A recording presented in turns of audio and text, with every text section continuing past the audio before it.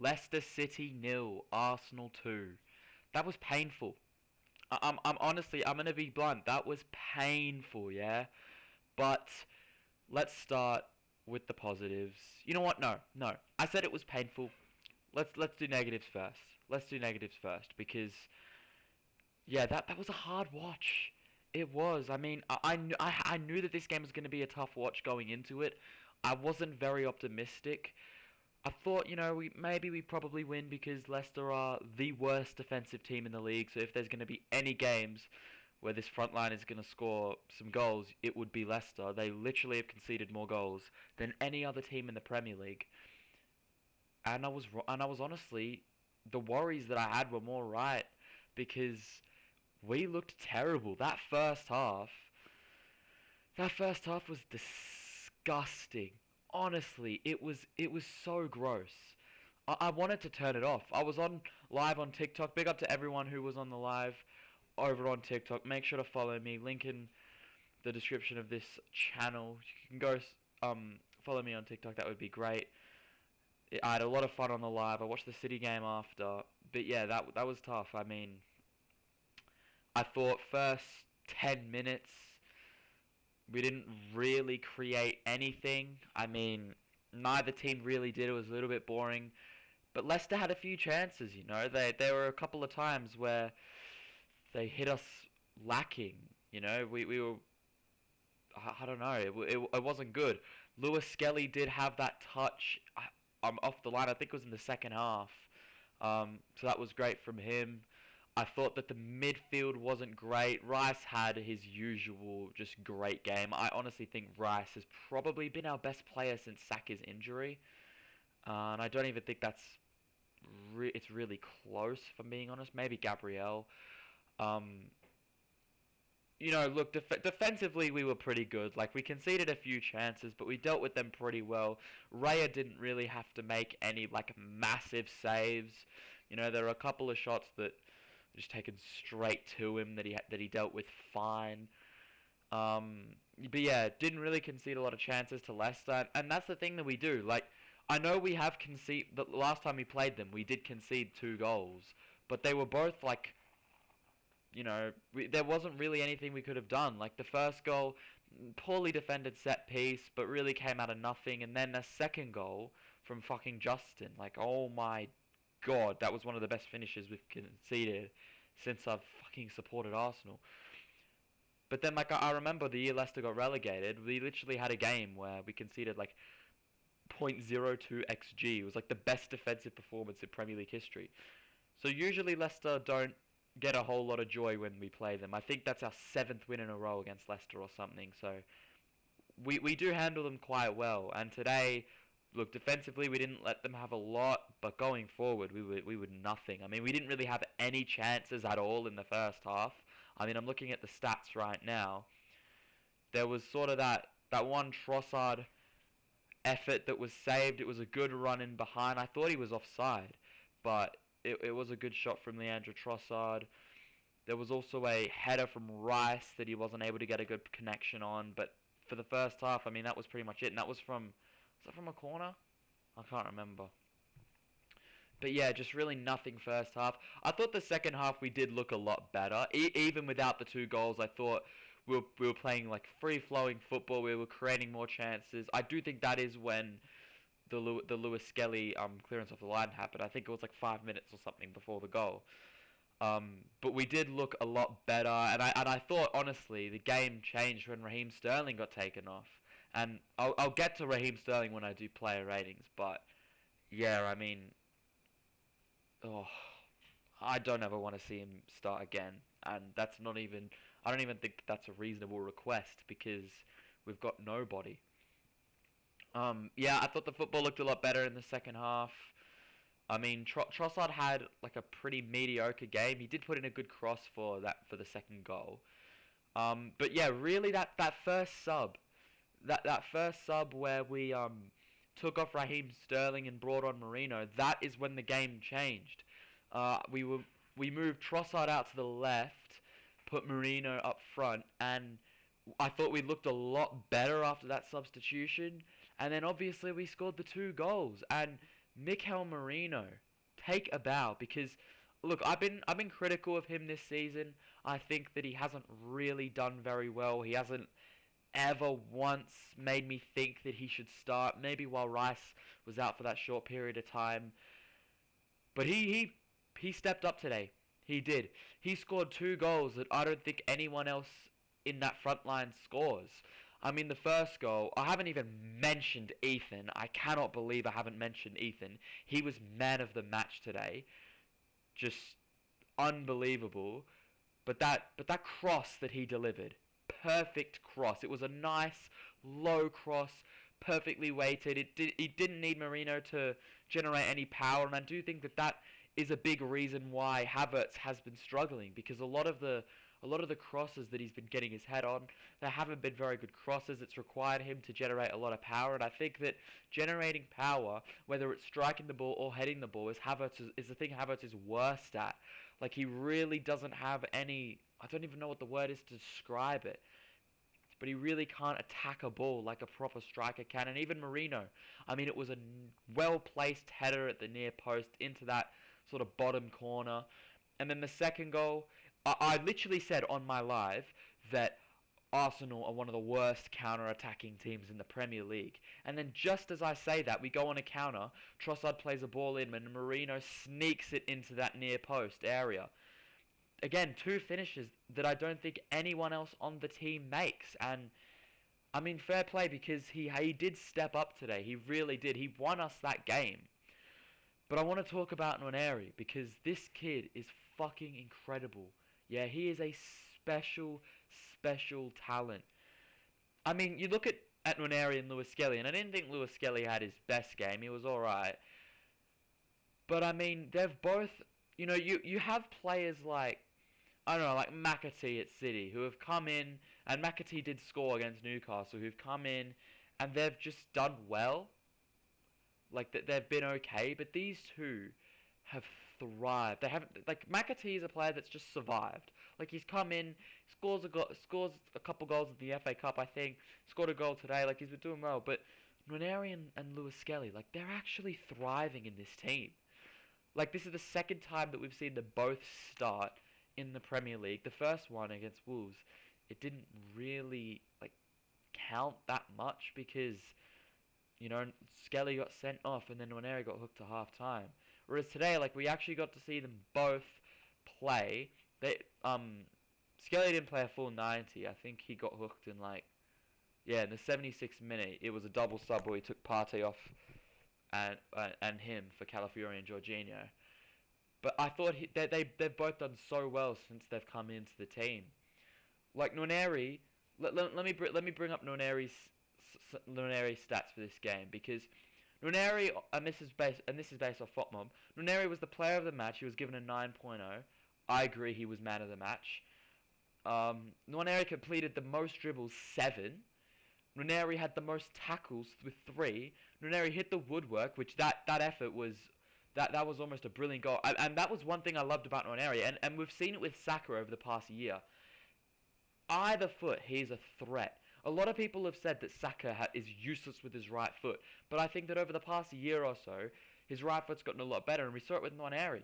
That was a very good effort with his right at the near post that he almost was able to sneak in. He also got his first assist for Arsenal today, and he also won the most duels with 13.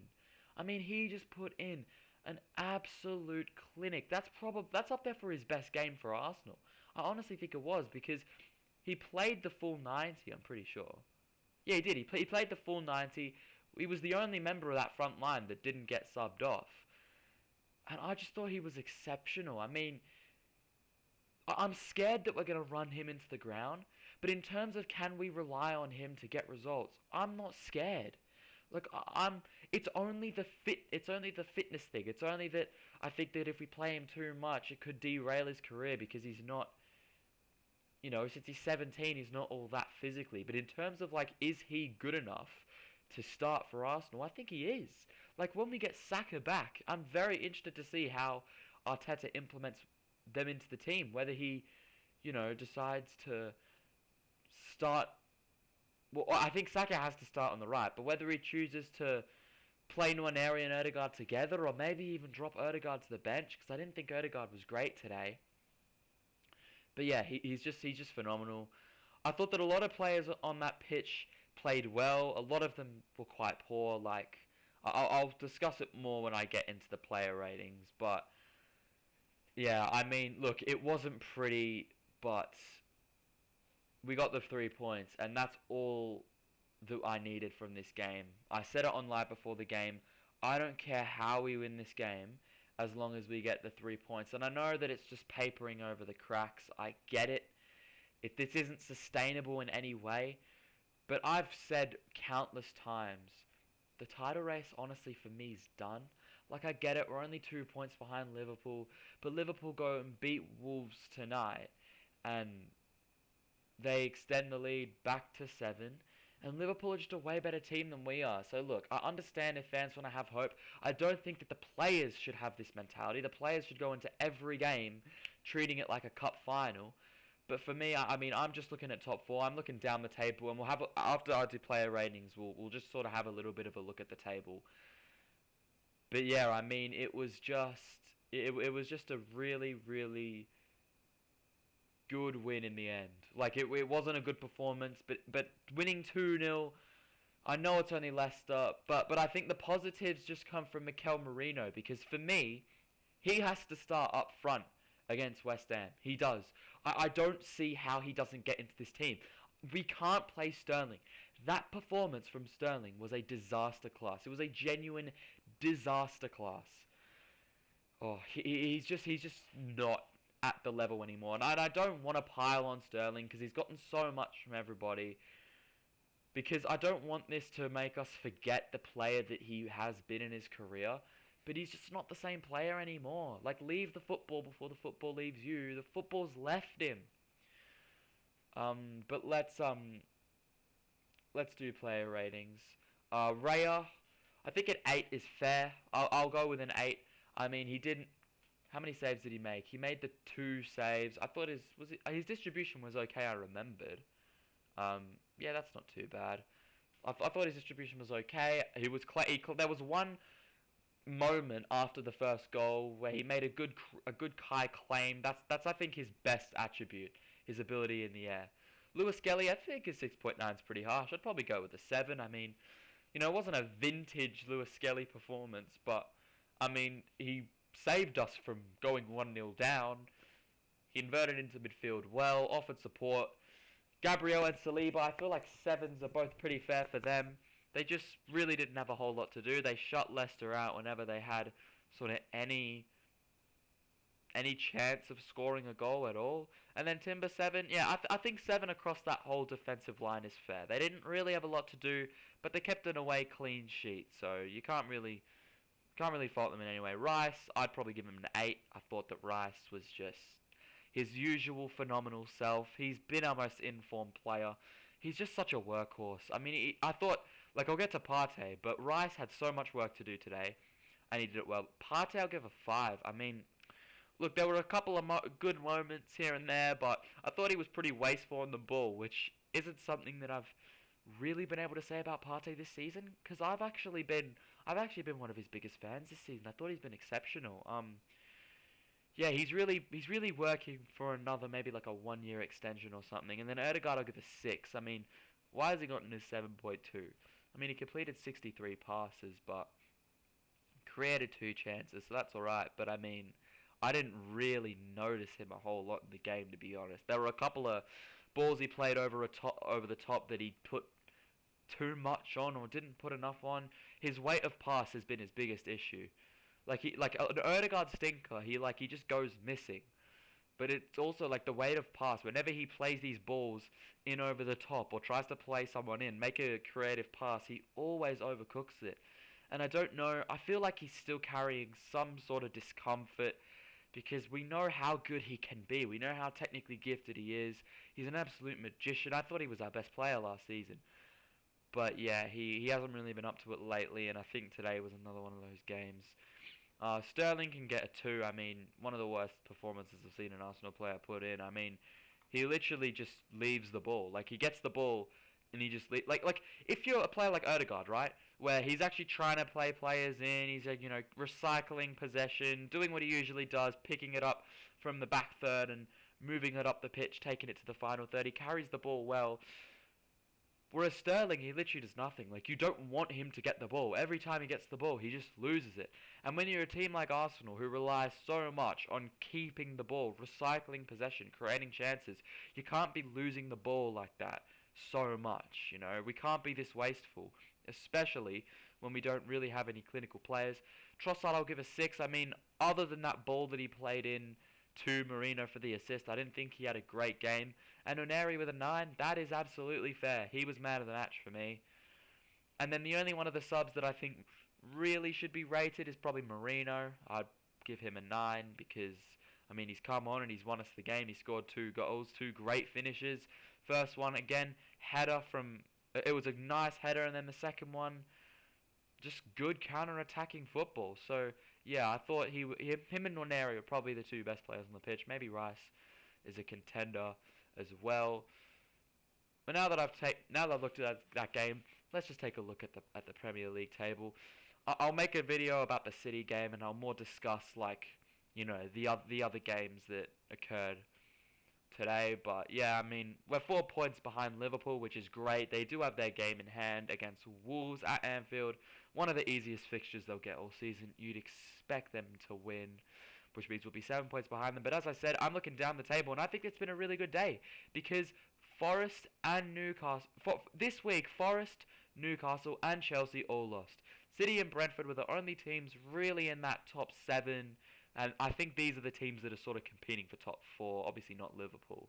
But, like, these are the teams that are competing for top 4.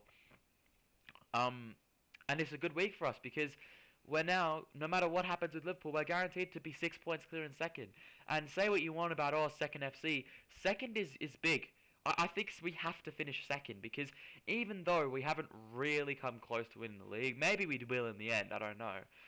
But at least we can still say that we are the best team to push Liverpool. I know we've not been playing like it recently, but at least we can say that other than Liverpool, we are the best team in the Prem. We are better than City, we are better than Chelsea, we are better than Newcastle, we are better than Bournemouth, we are better than Forest. At least we can say that.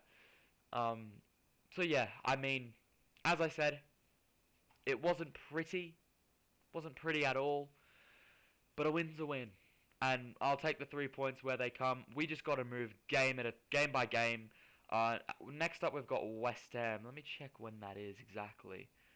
2 a.m. on a Sunday. So yeah, similar time. It's just the usual 3 p.m. kickoff apparently. And then we have Forest in midweek, and then United on Super Sunday. But that is on the 10th of March because I think after February is another cup weekend maybe. I don't know, but yes, I'm happy. Wasn't pretty. We are papering over the cracks, but a win is a win. Mikel Merino has to start up front against West Ham. That's all I'm coming. That's all I'm gonna say. Drop Sterling, start Merino. Nwaneri might be in our best 11, fully fit. Have to have a conversation about that.